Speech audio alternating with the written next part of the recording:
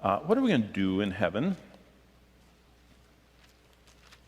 Revelation 21, and it's a very interesting play on words. There are two words for new in the Bible. There's neos and kainos. Kainos means a new version of the same kind. Like, these are my favorite shoes. And when they wear out, I'm going to get another pair, and they'll look just like that, only they'll be new. But they're not different. They're new, the same. If I got Neos shoes, I would get orange ones or something. They would be new, different. Now think for a minute why I'm saying that. Heaven is always described by this word, which is new, or what theologians call renewed. New of same kind. So for a minute, think about that. Heaven is not going to have orange grass, pink water, unless it's during the tribulation. Of course, that's going to all be gone when the water turns red. But what I'm saying is, heaven is new in the sense of a renewed form of the old, not different. So now back up and think about, what was life like before the fall? Because heaven in some senses is described as a paradise. It's kind of like going back to the Garden of Eden. What was the Garden of Eden like? Were Adam and Eve sitting in classes all day long, taking notes, singing and doing all the boring stuff, that people associate with that? No. They were just having the best time, walking with God, their Creator, clothed. In fact, the Psalms seem to imply that they were actually clothed in light. In fact, the fall, God turned the light off and they went, "Oh, we don't have anything on." It appears that they were clothed in light from the book of Psalms. So, heaven, here's the answer, because we only have 4 minutes. What will we do in heaven? Heaven will be glorifying God, doing everything He created us to love. Think about that. God is not a cosmic killjoy. He's the one that invented eating. In fact, every time Jesus described heaven, you notice that near the description is the idea of a banquet, of sitting at this banquet.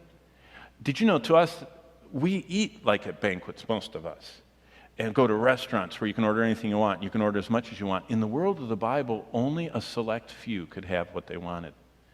Everyone else scraped out and eked out an existence, and the banquet metaphor or motif to them was unbelievable. To think of sitting and not working and having someone bring you food and getting seconds. That was like, and so think of it. Heaven is glorifying God, doing everything He created us to love. Banquets of eating and drinking, being around growing trees bearing fruit. Heaven has trees that are growing measurably, month by month, it says in Revelation 21, bearing fruit. So this idea of time shall be no more, it's not like time is frozen and everything's just the same. There is passing of time. That word in the Bible in Revelation where it says time shall be no more, it doesn't mean time shall be no more. It means no more waiting, it's going to happen now. It doesn't mean time is frozen. There's still going to be the passage from us who are finite of time. It's just endless. It never runs out. Your meter never runs out. So things are going to be growing, things are going to be bearing fruit, there's going to be flowing water, they're indescribable color. It says in Daniel, we're shining like the stars. And did you know what? Whether therefore you eat or drink or whatever you do, do all to the glory of God. Did you know that forever? In fact, someone asked me, they said, I'm not going to be able to be there tonight. Tell me what you're going to say tonight. I don't care about the demon intrusions and I don't care about falling in hell. I want to know what I'm going to do in heaven. And I says, everything that you most love to do here without sin, without tiredness, without indigestion, without gaining weight, without getting tired. That's how the Lord portrays heaven. And it portrays it as we are going to endlessly be enjoying God. Why do you think He made so many colors? And why do you think that every time they look out in the universe, they see more indescribable beauties? They just found 2 clusters of galaxies that are more than they've ever seen before. And they're just talking about that. God made that. And we're only seeing it after sin. Can you imagine how wonderful and beautiful this universe is without it groaning? It says in Romans 8 that the whole universe is groaning.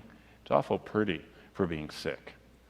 Can you imagine when the sin is removed and when we will be able to move around like the angels and Jesus did? Jesus could walk through walls.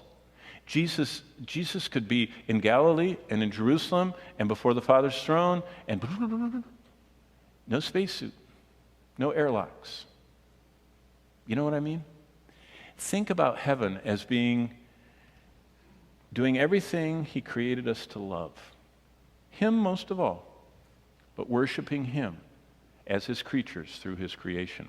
So I think that what we're going to do in heaven is going to be far more fabulous than anything that any of us could ever imagine.